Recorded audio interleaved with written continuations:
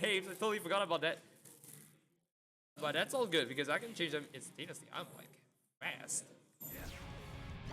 But yeah, without further ado, let's get into Dew versus Coro. And like we've seen in tradition, Coro now has a Chandelure and has been using it consistently for quite a while. So we do see them coming in with these two characters. Very good, very good. Nicely done with the 6x ranks there, getting in 2 hits, getting a full combo and converting over. Nicely done. 252 damage, sorry, 252 HP remaining. Coro is looking to be in a tough spot as the zoner, but fret not because I'm pretty sure as a zoner, he's got tools to push him out. And it'll be really interesting to see how this goes. Getting stuffed out by Fury Attack from Dew right there. That is beautifully done and executed by Pokkén. And welcome Wonder Chef to the chat. We're gonna see how this goes.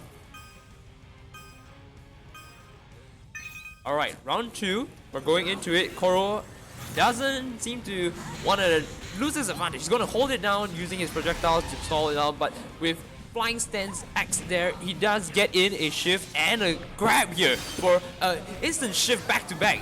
All the way into field, giving Coro position again. This might not be what Dew wants here, and he might have to decide whether he wants to play the long game or the short game, because this whole time he's been moving in a lot.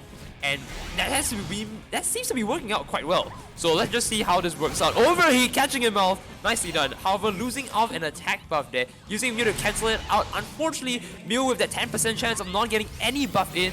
Really unfortunate. Here we go. We go with the burst here. Coro is trying to make something work out here. Using 8Y to try and catch, you know, one of Decidueye's main key points and game plan, which is to be in the air, and that's a really good call. However, I think Dew was expecting that. We're holding his ground down with 5Y, just jabbing him in and giving him pressure to press buttons. And, well, yes, he doesn't go out with that burst attack. It is pretty damaging there, and with one homing, he does clear it out. That is a game off for Dew. Dew might be coming on strong now. I think he's got the attitude of like, hey, I'm not gonna back down after like so many Tempest losses. It's time to like take a stand here. We're gonna move in, and I think this might be his time to shine. This might be his time to actually move forward bracket. This will be definitively the first time in a while that he has broken his losing streak into losers immediately on round 1, which will be a fantastic and beautiful moment for all of us to see here. But I don't think Coro wants that, so let's just see what his reaction to that is and how he's going to move forward into this next game. The port choices hasn't changed yet so far as I can tell. The only thing that's changed is Coro using Libre, which is definitely a character that he definitely has more knowledge in, I would say. Having started with Libre, he definitely has more intuition when it comes to making reads and also what buttons to press. Like that right there, 8Y to catch Decidueye off, knowing when to press his buttons. Nicely done with that. And here we go. We're gonna break it out there, and they're back into field phase. Unfortunately, no wall splat because of that conversion there. Specifically, that button itself doesn't allow you to convert off the wall. It hits you directly where you stand and towards the opposite direction where you stand. It's real the opponent. So there we go. Homing cancel into homing there. But unfortunately, Coro sees it coming, CAs, and tells him, no. We've been through this tangle already. I'm gonna hold CA, I'm gonna hold the ground here. You ain't gonna come in for me. And the same reaction back. Pokkén goes in for his frenzy plant here, not giving it a shot. This is the third one we've seen. Man, Coro is making all the reads here, and Dew just... Sorry, not Coro. I mean, Dew is making all the wrong guesses here. Here we go. Nicely done, CA. Getting a full conversion of this. Nope. Opts to go for the Electro Web here, and get the shift as quick as possible, especially with that wall splat there. Sorry, wall splat? Wall blast. 30 extra damage off, plus recoverable HP. And using Release Y, that's probably not your best option there, dude. You gotta watch out for that. Going in with Burst now.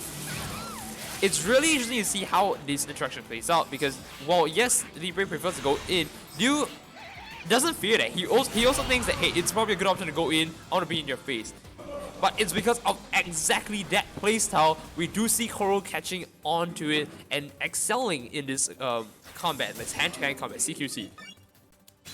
So that means Coro is now holding on to that one extra point there, and you know, he's got a chance to do this. And that means Deuce gotta now think a bit harder. Like, how am I gonna counter this Libre? I've thought about this. I know what I gotta do. And fortunately so, because I do see that support switch. I do. Okay, I'm sure everyone at home here can see that as well, and rightfully so, because this is a switch that might potentially win him games. It might be the switch that he wants to use to hold on the fort. Snivy and Lapras both have very good tools in terms of like walling your opponent off. You want to push them away, or you want to make them approach in a certain way. And already we do see Coro wants to go in strong, right? We go Electro Web. He's trying to hold it down. Unfortunately, I think we make one more mistake, and there we go. Libre is now in the corner, taking that almost 50%. No, is that more than 50% HP down there? And it's gonna be a rough ride. Oh, there we go. There we go. Dio recognizing the situation, holding CA and trying to like hold out all the hits off that move right there. Getting a critical right there from Coro.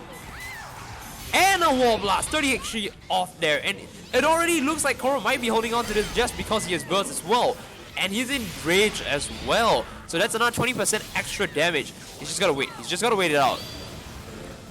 Coro was waiting for it.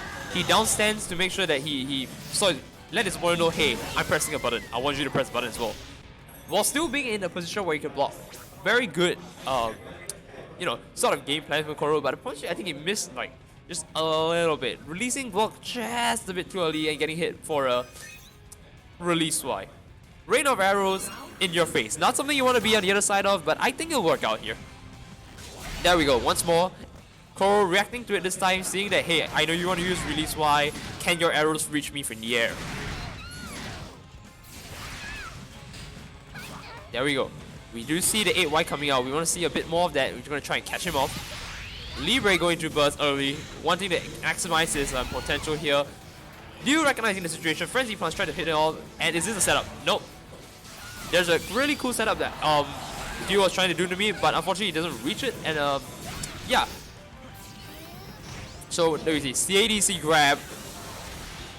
And again, Libre's grab is a bit interesting. He doesn't hit you forward, he hits you behind where Libre's standing. So no wall blast there, but that's still fine because it looks like Dio might be able to catch on to this. He does have a burst, and he did get the 6x, sorry, 6x, he got a 4x Oki down, so this might be his game here. Ooh, that critical, and like I said, remember, Libre's crack hits you backwards, so it does get into the wall, you get the wall blast, an extra 30 damage in, and oh my god, Libre is burst again. 100cc characters giving him burst, going in. This might be the chance for, oh! Oh no! They're on like last hit situation. Oh! He makes the right read! He makes the right read! Dude doesn't choke! Oh, we see Dio falling on the floor here. That's amazing! That's amazing! That's amazing!